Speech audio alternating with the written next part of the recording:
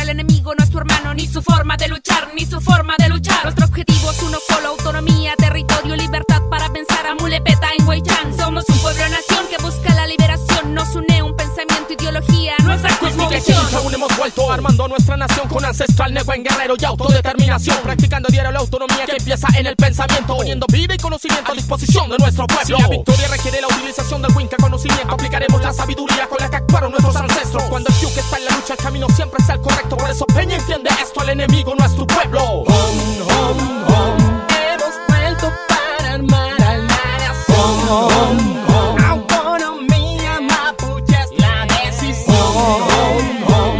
Hemos vuelto para armar a la nación. Autonomía mapuche es la decisión. Seguiremos el camino por nuestra nación. No sientas vergüenza de lo que siente tu corazón. Lucha por tu puyo y por tu venir. No te olvides de quién eres y de lo que te hace existir.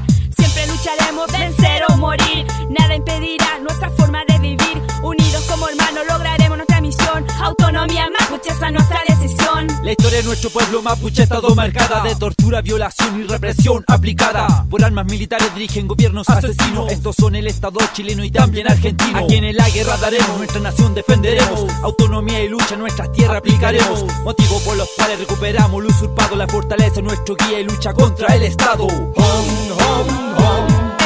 vuelto para armar a la nación. Autonomía mapuche es la decisión. Hemos vuelto para armar a la nación.